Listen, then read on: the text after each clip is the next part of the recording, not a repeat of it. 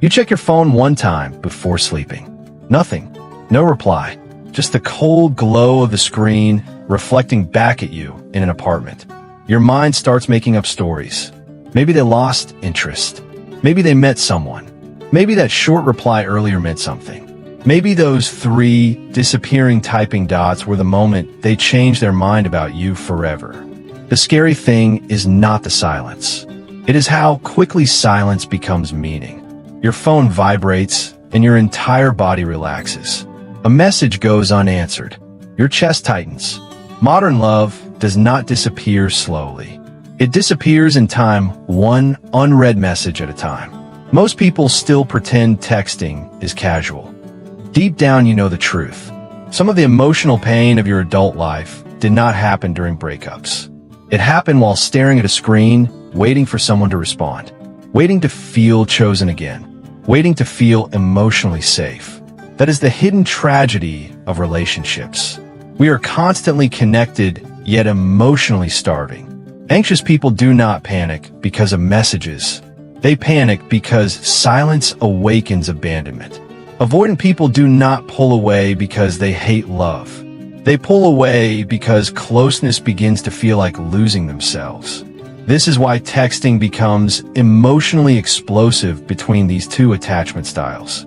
One person experiences delayed replies as danger. The other experiences communication as emotional pressure. The anxious partner watches the phone like survival depends on it.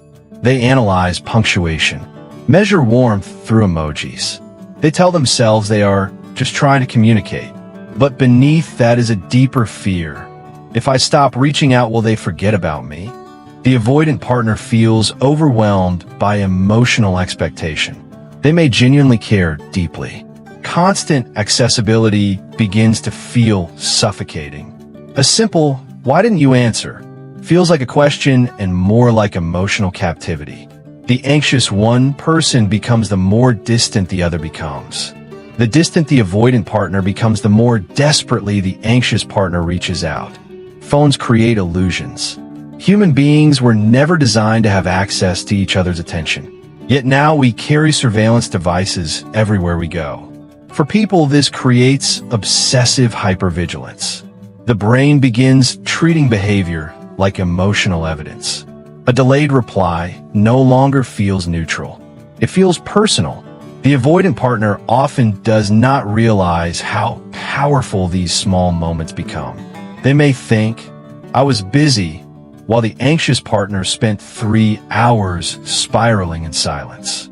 Nobody talks enough about the pain of individuals. They feel constantly monitored emotionally. Every message feels like another obligation waiting to be answered correctly.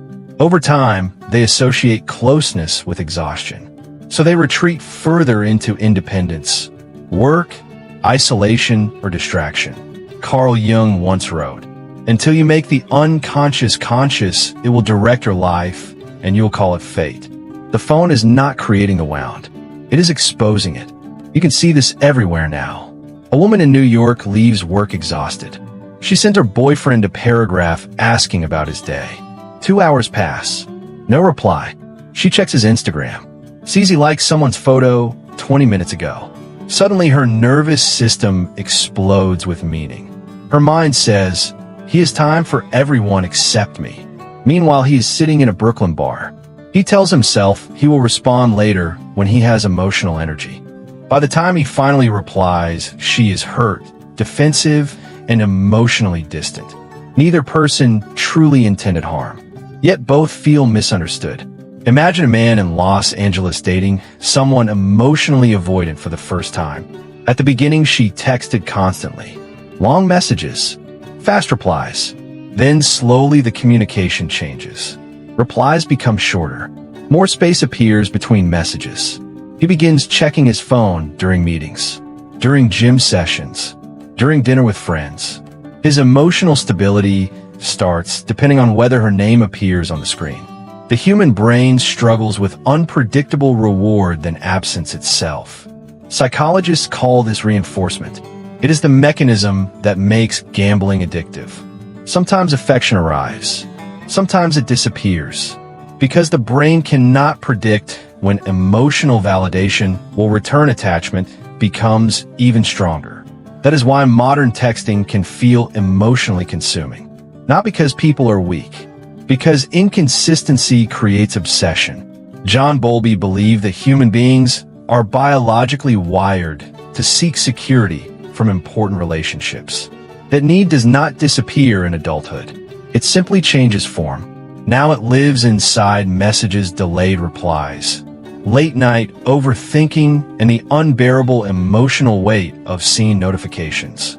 Esther Perel has often spoken about the tension between closeness and autonomy in relationships.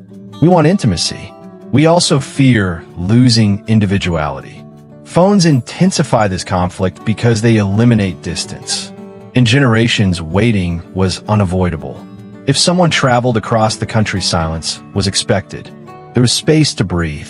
Today, silence feels intentional because instant communication is always possible.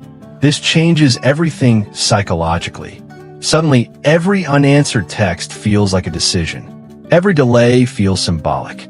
This is why anxious and avoidant couples suffer so intensely through digital communication. The anxious partner interprets space as rejection.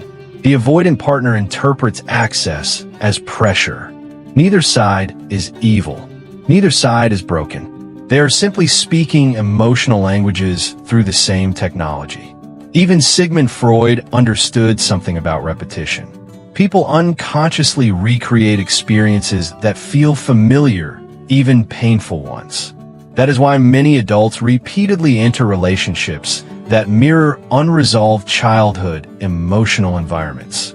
The anxious person chases reassurance from unavailable people because uncertainty feels emotionally familiar. The avoidant person seeks distance because closeness once felt emotionally unsafe or overwhelming. Now the smartphone magnifies these attachment patterns every hour of the day.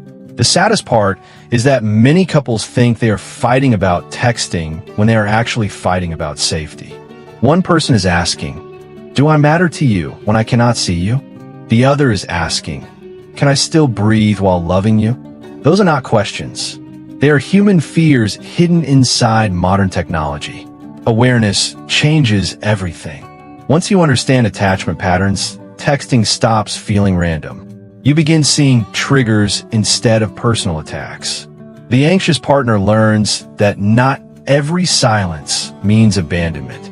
The avoidant partner learns that reassurance is not the thing as control. Slowly, communication becomes less about managing panic and more about creating emotional trust. Real love in the age is not about replying instantly every second of the day. It is about making each other feel emotionally secure in absence. It is about understanding that a nervous system can react long before logic has a chance to speak. Maybe that is the real challenge of modern relationships. Not finding someone attractive, not finding someone compatible, finding someone whose wounds can peacefully coexist with your own. Because phones did not invent insecurity. They simply gave insecurity a screen, a timestamp, and a notification sound. And if you have ever stared at your phone wondering why someone's silence hurt deeply, it does not mean you are weak. It means you are human.